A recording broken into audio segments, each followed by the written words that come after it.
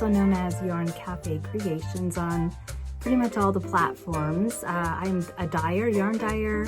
My company is Yarn Cafe Creations. I'm also on Instagram as yarn_cafe_creations. And I am on Ravelry as Christy Houghton Designs. And Facebook, Yarn Cafe Creations, Twitter, Yarn Cafe. I think those are all the platforms, but welcome. This is actually going to be the first episode of my solo podcast that I'm going to be doing since we are practicing the whole social distancing. And Tristan and I, my daughter, who I also have a podcast with, the Girls in the Yarn Cafe, she and I have not been able to get together. But let's face it, we weren't very good at doing that anyway lately. So anyway, but welcome. This is episode 1, just Yarn Cafe Creations podcast. And I'm just going to quickly show you what I've been working on over the last couple months. If you have tuned into my other podcast with my daughter, you will have seen some of the projects, at least started. But I have finished some. I have been busy. Not only have I been dyeing yarn like crazy, it's interesting. During this pandemic, oh, by the way, today is Sunday, May 3rd, 2020. And for those of you watching this in the future, we're in the middle of a pandemic, and it's been quite an experience. Now, I was talking to one of my daughters the other day. I have 4 daughters, and my youngest lives in Arizona, and I was telling her, wow, you are going to be able to tell your children about this time, that you were part of the pandemic of 2020. And I looked back over my life and thought, what have I been part of that really stands out to me as historic, or maybe something that are in, the history books. And the one thing that I do know, that I do recall, is I watched Mount St. Helens blow, like literally stood there, watched Mount St. Helens in Washington State blow its top. I was 9 years old. It happened on May 18th, which is coming up. I remember that date every year.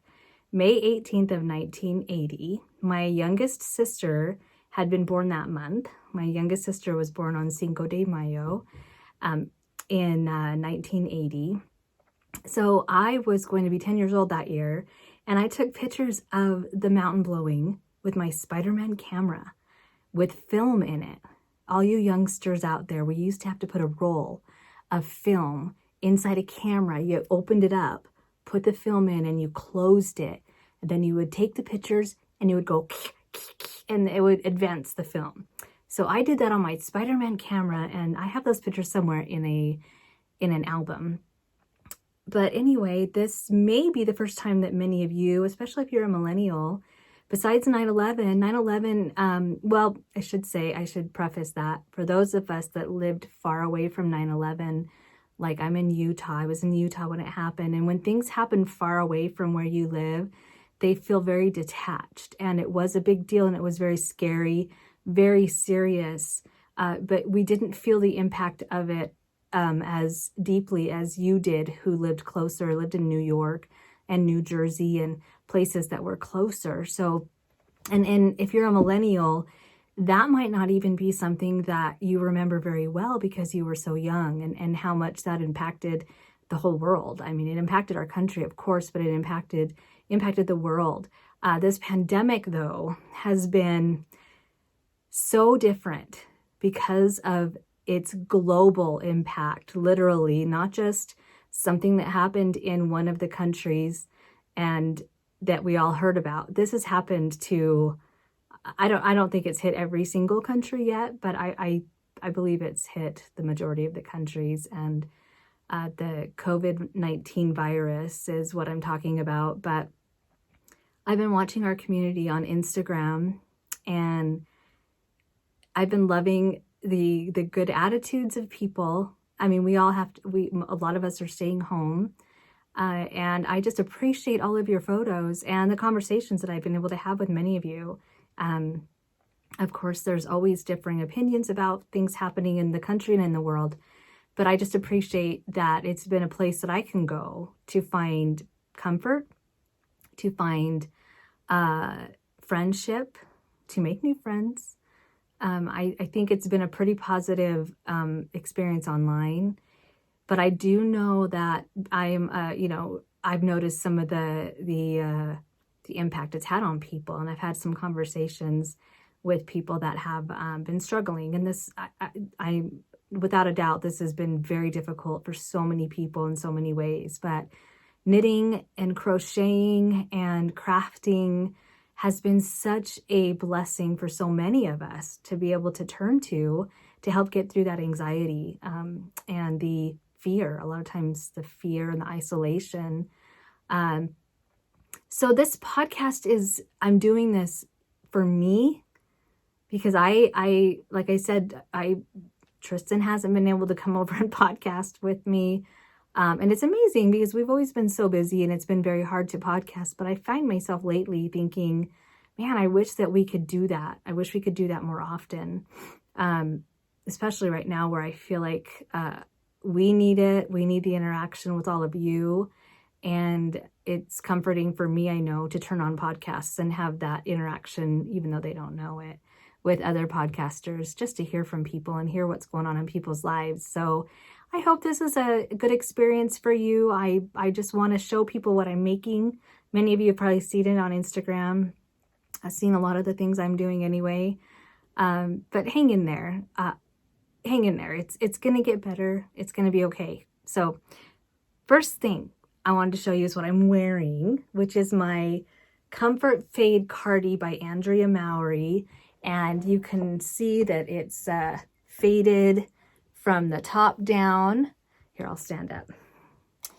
And it's held together right here with my magic wand, a wood shawl pin that I purchased, and I don't remember where, either Maryland Sheep and Wool or Rhinebeck, I think. I don't remember. But you can see this is faded all the way to the bottom. And I made the extra small on accident. I didn't mean to make that. This is my second Comfort Fade Cardi, and I thought that I had made this size the first time, but I think I had made the extra small or the small because it does run a little bit big. I mean, the sleeves themselves are pretty long, but I used, it's a DK weight sweater, and I used, as my color A, I used Orchard, which is this one. So you can see that on the top. And then my second color was Peach Blossom. So I faded into Peach Blossom, which is got a light peach base, and many of, the colors that are in Orchard, only lighter and fewer speckles. My third color I don't have a full skein of, but it was my Peaches and Cream, which is basically a light gray and a light peach. So I blended that into this one. So that's the third color right here. And the final color was the Eggnog, which is a tan with tan speckles, pretty subtle.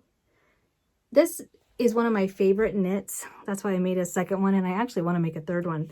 It's one of my most wearable patterns that I've ever knit. My first one, as I told you, it runs bigger, and it's amazing because I'm looking at the actual shawl collar on my other one is so much bigger, it feels like. So maybe I made this small, but it runs big. I do have kits in my shop at yarncafecreations.com. You can purchase. I've got 3 or 4 different color combinations in there to choose from. And I'm hoping I got the skein quantities for each size correct. So you can choose the size that you wear in each kit. But this was just a wonderful, fun, it was a fairly quick knit, actually. The part that is it's deceptive as to how long it takes is this shawl collar, because you start at the very edge of the button band, I guess is what it would be at the very bottom, and you work up and around, and you do a bunch of short rows in each color. And so it takes a minute, but it was just an enjoyable knit. I thought it was very simple. I think the hardest part is if you've never done short rows before, I think that would be, it's not hard, they're not hard, but that would probably be the only thing you would do besides knitting and purling. And then I think there's some knit 2-togethers and purl 2-togethers or something somewhere on the sleeves or something. But the rest of it's just garter stitch and stockinette stitch. Pretty simple. It's pretty simple. But I will say, if you don't like purling, you do a lot of purling. And by the way, it's Comfort Fade Cardi by Andrea Mowry, who is Drea Renee Knits.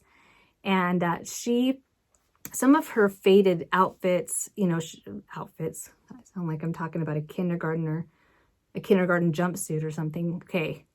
Some of Andrea's sweaters, she, like the Weekender, I believe, you actually knit inside out, I think. I started making that a long time ago and I never finished it, but I believe you would knit it inside out because you would wear the pearls on the outside, but you knit it. It's all knit stitches, stockinette. This one you knit on one side and then you purl back for the sweater, and then the sleeves are all pearls. Did I say knit back? You purl back.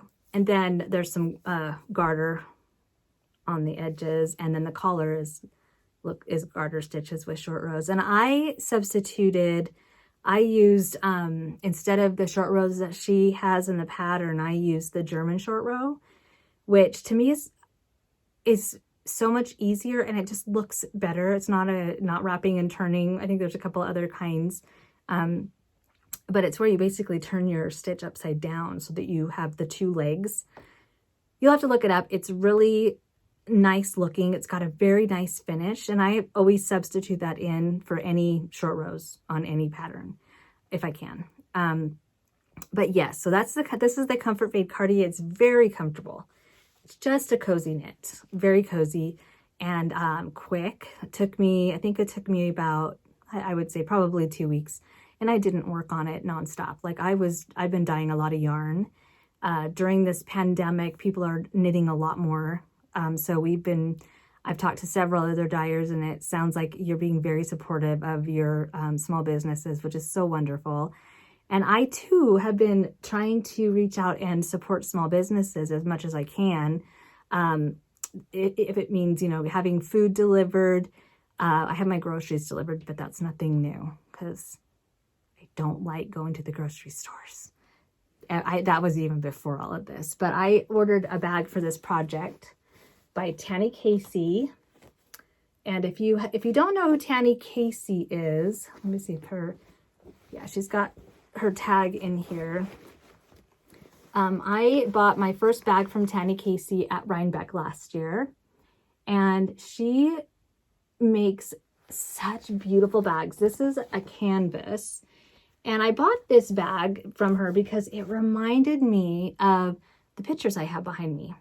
It reminded me of Sam Toft art, which I love Sam Toft. So if she's on Instagram. She lives, I believe, in Britain, but she always has uplifting pictures. I bought these 3 for my, I used to own a therapy clinic, and these 3 were in my therapy room. And I think one says like, this one, what does it say? It says, carry on regardless. And this one right here says the same as it ever was. And I just love, she's got all kinds of little cute sayings on her art. And there's some that are animals, cats and dogs. And she's got, usually it's a little old couple, which just warms my heart, especially right now where you're seeing a lot of sadness about elderly that you either know or you may know, you may not know, but just the thought of, our elderly in such danger right now it's very sad. And I cry more often these days watching videos and thinking about people. And so anything that can uplift us, I think, is super important right now. I reached out also and purchased another project or another small business item because it matched my sweater. So I bought this cute little scrappy sack. Got it from the Scrappy Thread. Her flat sacks are my favorite. I think I own 7 or 8 of them. I have them for Halloween with Halloween designs. She takes all of her scraps that she makes bags out of, Ooh, that reminds me, I think she's having an update today. I probably already missed it. But her name's Erica, and she does wonderful work, and I love it. I love those the little flat sacks. I have them in all my knitting bags because they hold so much. I mean, I've got tape measure, knitting needles. I've got these cute little tins I bought at the last function that I went to, Stitches West. And they've got sexy women on the front, retro sexy women. I love retro. And I love retro women. I think, you know, strength in women is just super cool. And women that are, you know, out there, not afraid to show their beauty. I think that's wonderful. And there's so much beauty in women and strength. We birth babies, just saying. This is another cute little tin I bought. I bought this one actually the year before. It's got a little girl on it holding a kitten. I love it. And these are like the old lip gloss sliders. So I just love being able to separate my little stitch markers from like the little safety pin stitch markers. I think that's probably just me, maybe. I tend to be a little organization nut. And then I also reached out to my friend Katie, who has Lach and Lou, L-A-C-H and Lou. And I bought a couple stitch markers from her, but this one I really loved because of what's happening in the world right now. I bought another one too, but I don't, oh, here it is.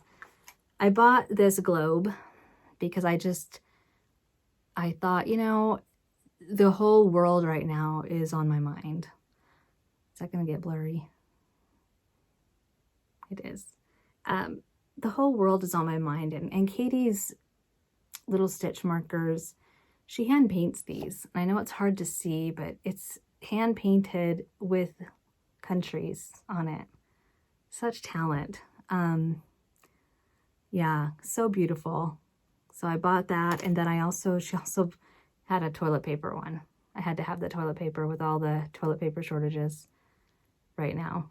So I got those and I love them both. And I love being able to support the small businesses. So this is my Comfort Fade Cardi. Yeah, let's move on. What else have I made? I have made a few sock designs that are published. My first one, this one was inspired, again, by what's going on in the world right now and how, as much as we want to say, yeah, we're going to get everything back to normal. And I think for the most part, our lives are going to be normal again. And I've heard people say it's going to be a new normal. I don't know about that. I think definitely with health standards and, you know, we're a lot more educated about health now. So, but I called these socks the bygone days because I just felt like, you know, things are just going to be different. And I used a really cool cable chain link looking thing that is, it looks technical, but it's not. It's really not. And if any of you have made this, I put it on sale the first day for $1, and I know that I sold quite a few. So if you've made it, I hope it wasn't too difficult. There's only 2 cable stitches in the whole thing, and they're not hard to do. And then the other side, I did a broken rib. And thank you to the nice knitter who reached out to me after I released it and said, you didn't do a right and a left sock, which with a pattern like this, you don't want to have 2 socks that look the exact same to have the cable running down the same side. That would look weird.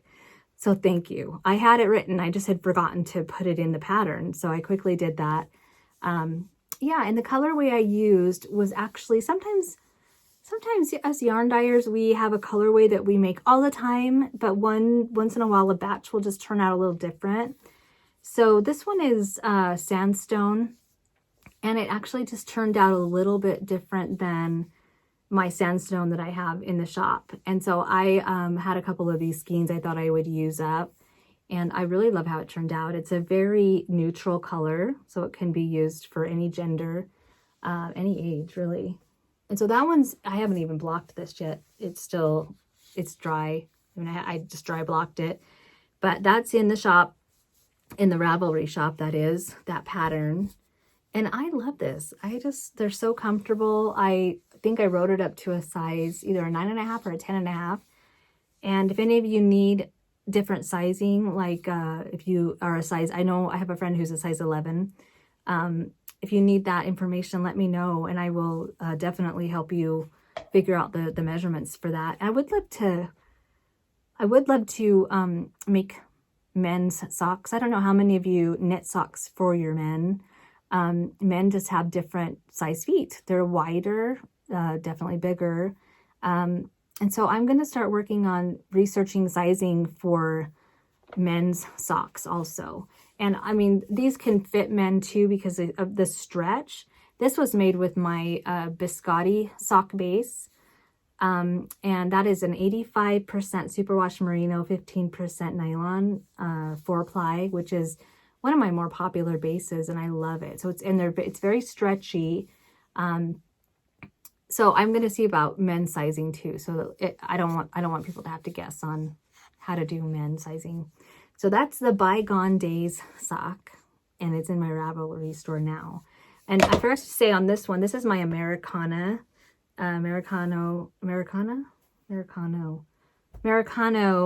which is a coffee type, DK weight, which is 100% superwash merino wool, and it's my softest DK.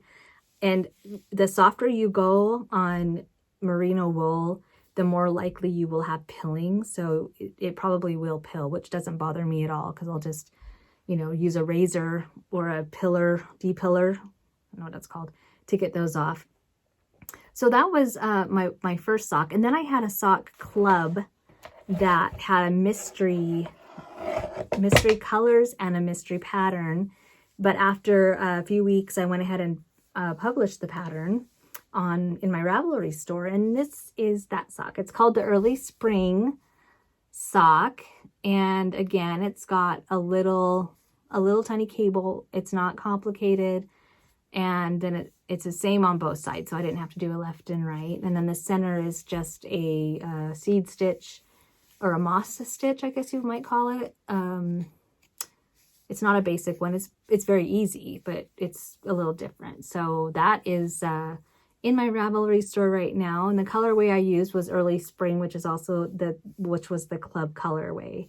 So that was a fun one to knit up. And I used an afterthought heel on this one, so I could use a contrast color. The first one was a heel flap and gusset heel, which is my go-to just because I don't have to change colors.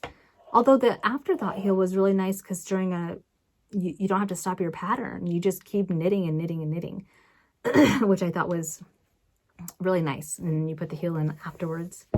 And then I have a third sock that I just finished. I'm almost finished with the second sock actually on that one. And this one will be a left and a right version. But I love how this turned out. This one is the Blooming Petals sock. And I used my blooming color. And this one is it's not a cable. It's a lace pattern. And then the other side is just stockinette. But it's a lace pattern running up the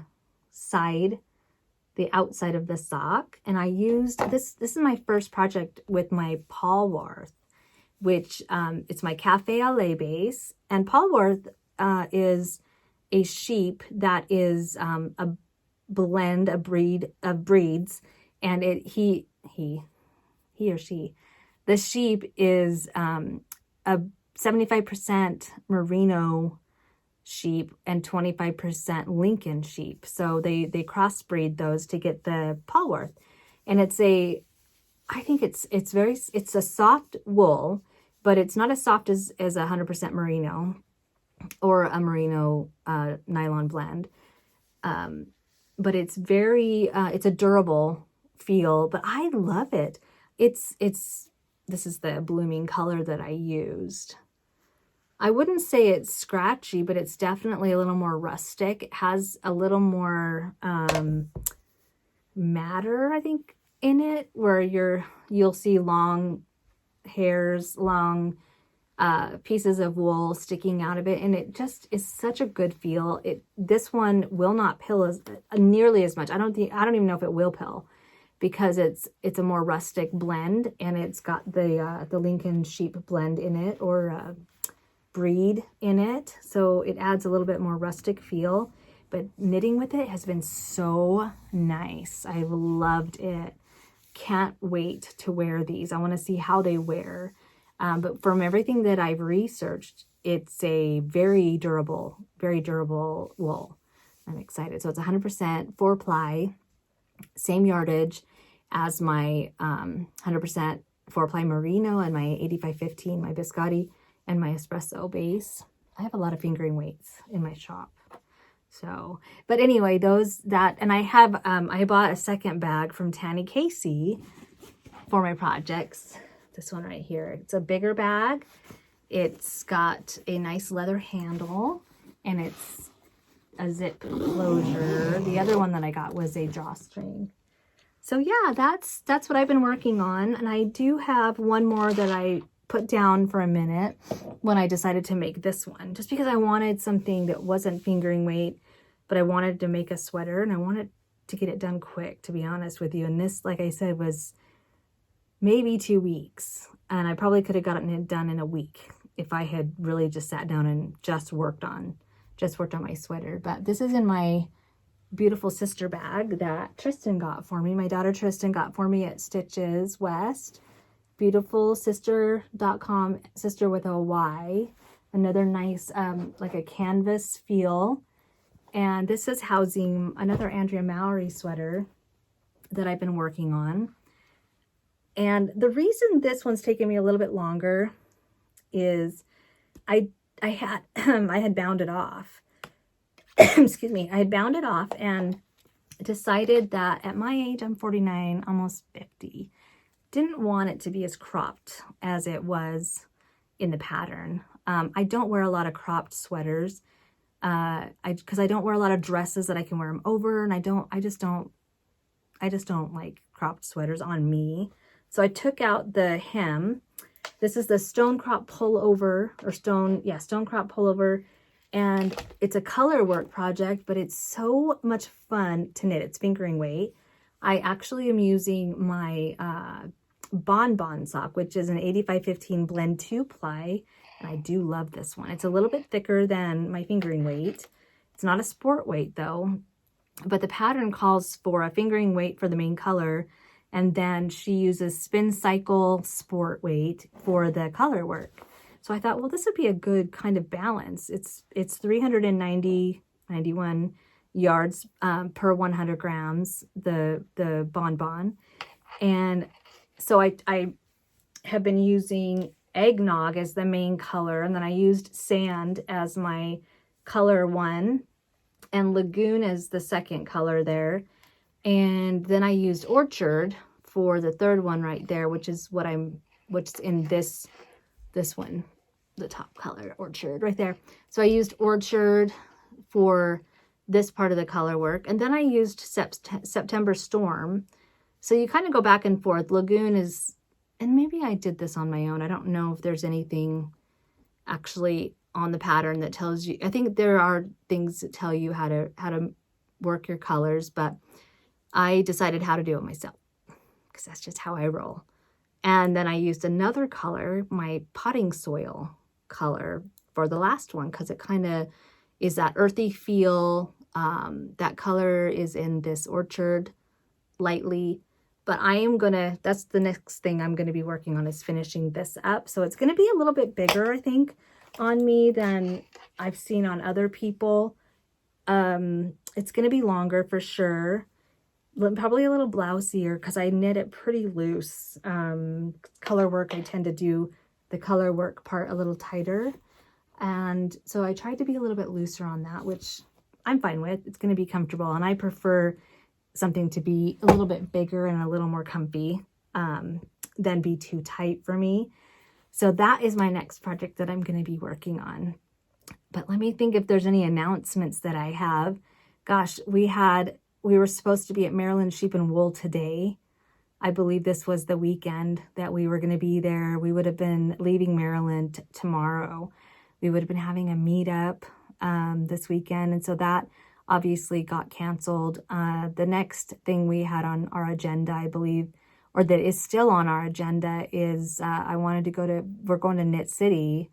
Tristan and I wanted to go to Knit City. Actually, I believe she's vending at Knit City if they're still having it. I don't know if they're still having it. I actually haven't heard. And then Rhinebeck is coming up. And I hope that Rhinebeck stays on. I love Rhinebeck. I love the experience with all the people and being with friends. I mean, the Sheep and Wool Festival is way fun too, but my favorite part is just hanging out with all of you, meeting up with everybody, saying hello, making new friends, chilling in our Airbnb at night, just knitting and maybe having a glass of wine. I definitely have lots of coffee when I'm on a trip.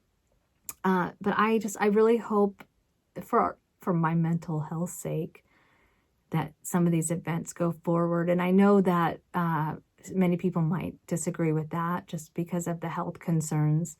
But I feel like we're nearing the end of that risk. And I hope that we do go forward with events this year. I think that we all need that. I was supposed to be vending this month at a festival here in Salt Lake City, and that was canceled. Yeah, it's been a very interesting experience. When this first all started back in, I believe it was March, the beginning of March, our well pump went out here at our farm and the whole system had to be replaced. And I put a post up on Instagram saying, here's a coupon code if anybody wants to buy any yarn and save a little money, it will help us replace that pump. And I just want to say thank you. Thank you to all of you that purchased yarn during that time. I was a little overwhelmed at how much yarn got purchased during that period of time. We were able to pay for our well, and I was able to meet new knitters, new yarny people, and I just wanted to, I don't know if I can ever say enough thanks for that. That was very helpful. And I hope that we all can continue to do things like that. I've been looking for opportunities to reach out and purchase from small businesses, support everybody in any way I can.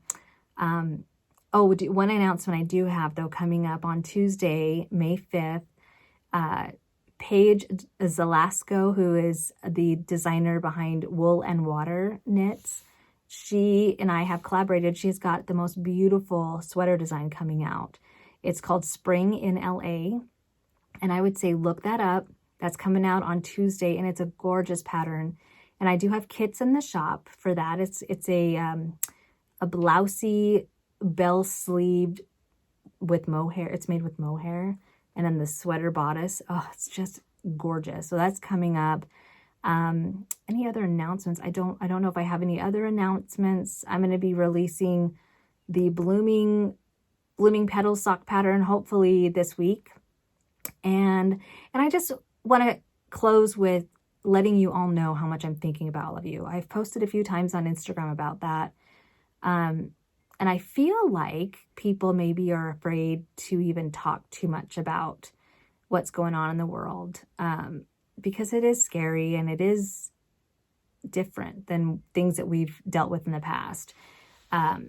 But I want you to know I'm thinking about all of you, and it's very normal during these times to have fear and have anxiety and to feel isolated and alone, because we are pretty much isolated right now. We're pretty much feeling a lot of loneliness, having to stay at home and being afraid to go outside. Many places you're not allowed to go anywhere. That's very hard. So don't feel like you're being weak or stupid or embarrassed because you feel so lonely or isolated. That is so normal right now. That is so normal. And I think if more people knew how normal that is to feel that way, I think it would help get us through this a little bit easier. So make the connections with other knitters that you can. I just don't want anybody to think that by posting knitting pictures, though, this is just from my perspective, that it means that I'm not suffering or I'm not sad or I'm not lonely. I want you all to know that we are all feeling this. And I'm going to continue to post pictures of my knitting. But occasionally I do want to reach out to people and know how you're doing and let you know that you're all essential, even though there are categories out there of essential and non-essential people. That bothers me a lot bit. You're all essential. So even if you've been laid off, you're an essential person in this world. And I do believe that we're going to bounce back from this. So hang in there, you guys. Hang in there. Keep knitting if you can, if you want. I know a lot of you have kids at home. You've been homeschooling, which is also another, hard left turn from your normal lives. A lot of you are working from home. My life didn't change a whole bunch because I already worked from home. So I want you to know I'm thinking about you, all of you that had to change your lives basically overnight. That is not easy. That is not easy. So it's okay to be frustrated. It's okay. It's okay to feel alone. But just know that you're not alone. We're all out here feeling probably the same way you are, in a lot of ways. I worry a lot about the suicide rate. I worry about the depression rate. I'm just going to come out and say it. So if any of you are feeling close to that, close to suicidal or overly depressed, can't function, please reach out. Please reach out to the suicide helpline. Reach out to your emergency room. Don't be afraid to do that because this will pass. I mean, we're going to get through this and we all want you here. You're important. You're essential. So with that, I'm going to say goodbye and thanks for stopping in. I hope that it was not too scatterbrained. Tried to put it all together pretty quickly. And there's not going to be much editing going on in this either because that's not the fun part of podcasting. But I wish you all the best and I'm going to try to do this on a regular basis. So I hope you enjoy the rest of your week and thanks again for stopping by.